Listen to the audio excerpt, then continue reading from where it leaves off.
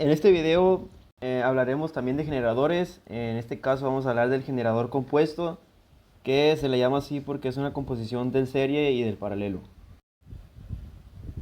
Aquí tenemos el grupo motor generador. Observamos que es un motor de inducción trifásico alimentado por línea A, línea B y línea C, que es el que nos genera paro y arranque en nuestro generador para tener un voltaje aquí en terminales. Aquí tenemos el circuito equivalente a nuestro generador compuesto. Aquí observamos el rotor, que es el que nos genera el voltaje inducido, que nos crea la corriente de armadura, que es la del campo serie, que se divide en este nodo en la corriente de carga, en la IL, y la corriente de campo, que es la IF, y de ahí es donde sacamos la ecuación IA, que nos dice que es IA igual a IF más IL. Y la ecuación esta que nos dice IA es igual a IS surge porque la corriente de armadura está en serie con el campo serie, entonces en serie las corrientes son iguales. La ecuación del voltaje inducido es el producto de realizar una malla con las dos resistencias, la RA y la RS. Por la ley de Ohm se llega a la conclusión que queda así la ecuación, que es IA, que multiplica la suma de las dos resistencias, más el voltaje en terminales porque está en paralelo con el campo. Y nos queda así de esta manera. Y la ecuación de la IF es una simple división por la ley de Ohm, que es el voltaje sobre resistencia.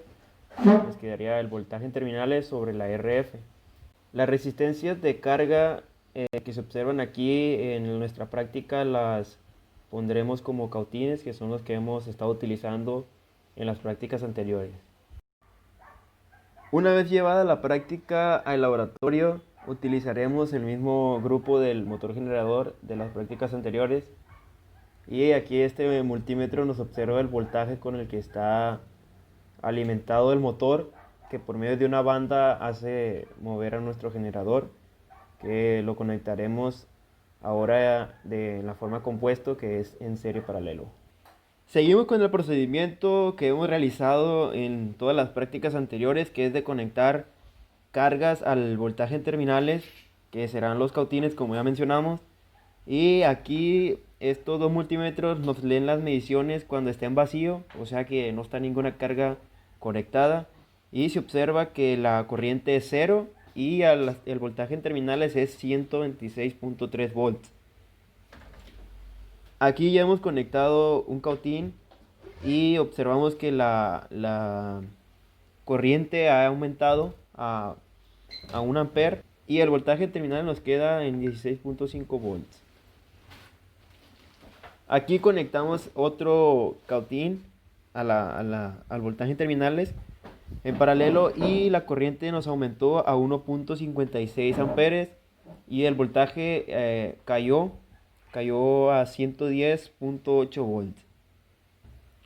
Conectamos de nuevo otro cautín y la corriente aumentó a 2.08 amperes y el voltaje sigue cayendo y en este caso el multímetro nos lee 104.6 volts. Conectamos otro cautín y ahora tenemos que la corriente nos da 2.53 amperes y un voltaje de 98.5 volts. Conectamos de nuevo otro y nos da la corriente en 3.05 amperes y el voltaje baja a 87.9 volts. Y conectamos por último otro cautín y nos queda la corriente en 3.45 y el voltaje en 78.0. A medida de que hemos obtenido las mediciones durante el proceso de poner cargas al voltaje en terminales, hemos apuntado cada una de las mediciones que hemos obtenido y hemos hecho esta tabla que la ordenamos en voltaje en terminales desde que nos daba el voltaje en 120 volts hasta el voltaje último que obtuvimos, y en la derecha tenemos las corrientes que fuimos obteniendo respectivamente con la carga que hemos conectado. Una vez ordenados los resultados de las mediciones, pasamos a dibujarlos en una gráfica. De esta manera ponemos la IL en el eje horizontal y el voltaje en terminales en el eje vertical. Y empezamos a poner los puntos en el plano.